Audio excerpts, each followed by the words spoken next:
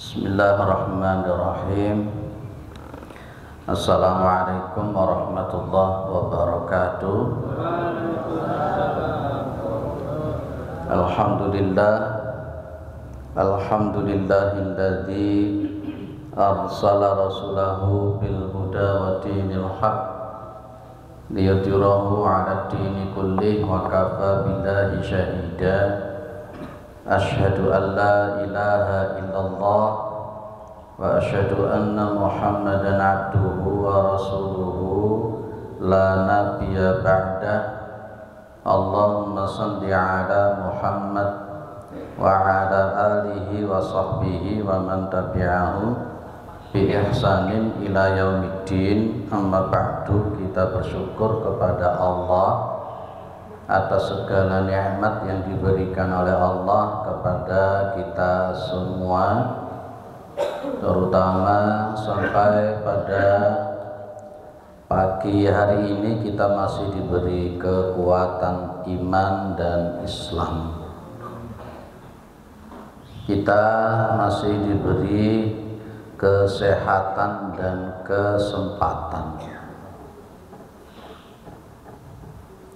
sehingga kita bisa melaksanakan kewajiban kita, yakni thalabul ilmi, yang mudah-mudahan kesempatan semacam ini selalu diberikan oleh Allah kepada kita semua sampai nanti kita menghadap kepada Allah yang tentunya dalam posisi husnul khatimah.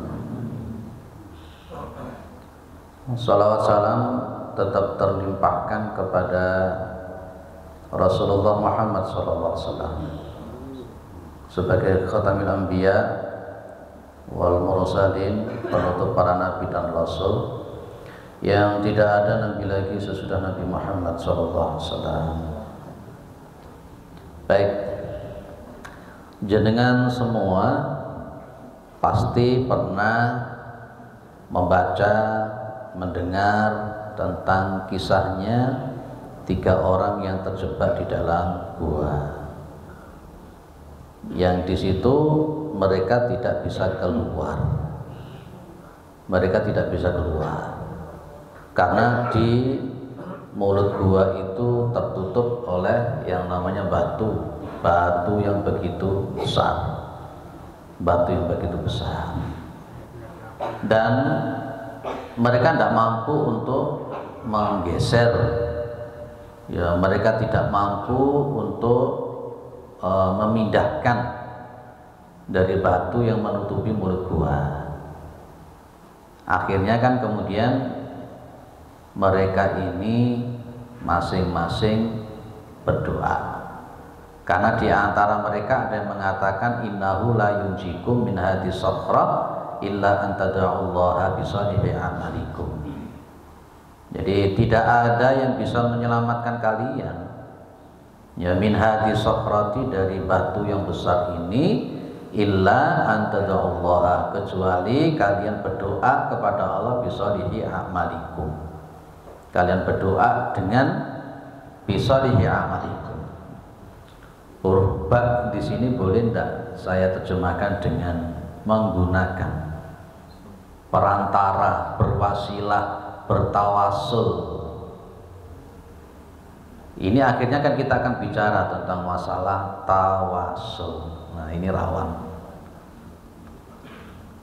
Bedanya nanti kalau di kita ini ada tawasul yang syar'i, ada tawasul yang ghairu syar'i.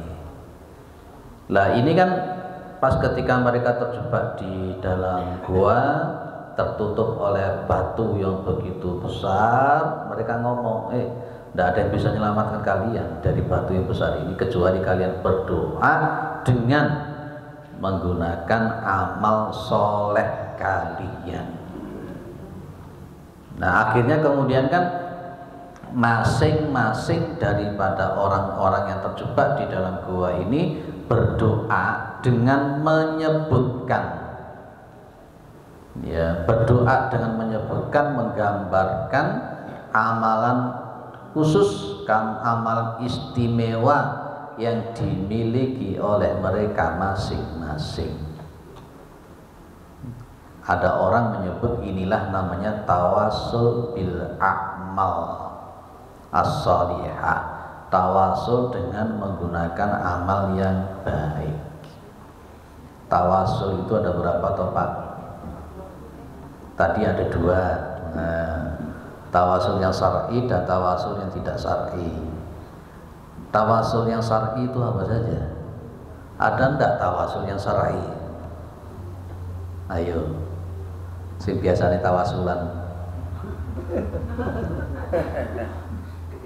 Tawasul yang syar'i itu kalau di dalam Al-Quran dan Sunnah ada 3 setidak-tidaknya.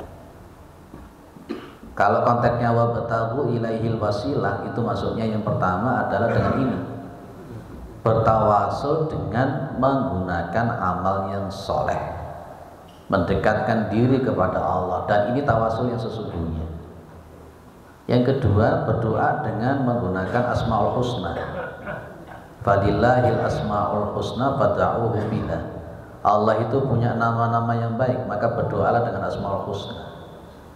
Kemudian yang ketiga, dengan orang yang hidup, orang yang soleh, orang yang alim, yang dekat sama Allah, yang masih hidup. Siapa yang melakukan itu, Pak? Umar bin Khattab.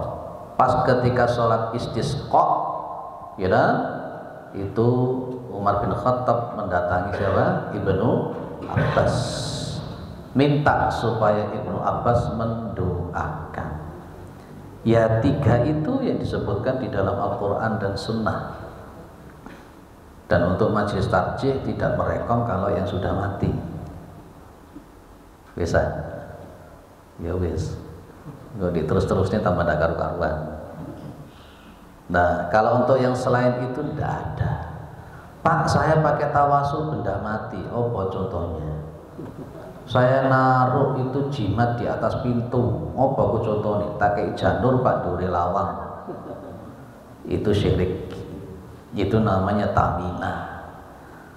Secara logika jenenge janur bisa tolak bala itu kok diceritani. Saman golek pring. Jarine pring petok. Tuku berapa ratus juta itu. Dekek Duri Lawang. Secara logika bisa ndak tolak bala. Itu namanya isti'anah yang bukan musyarakah. Dulu sudah kita bahas tentang isti'anatu musyarakah dan isti'anatu tafwid.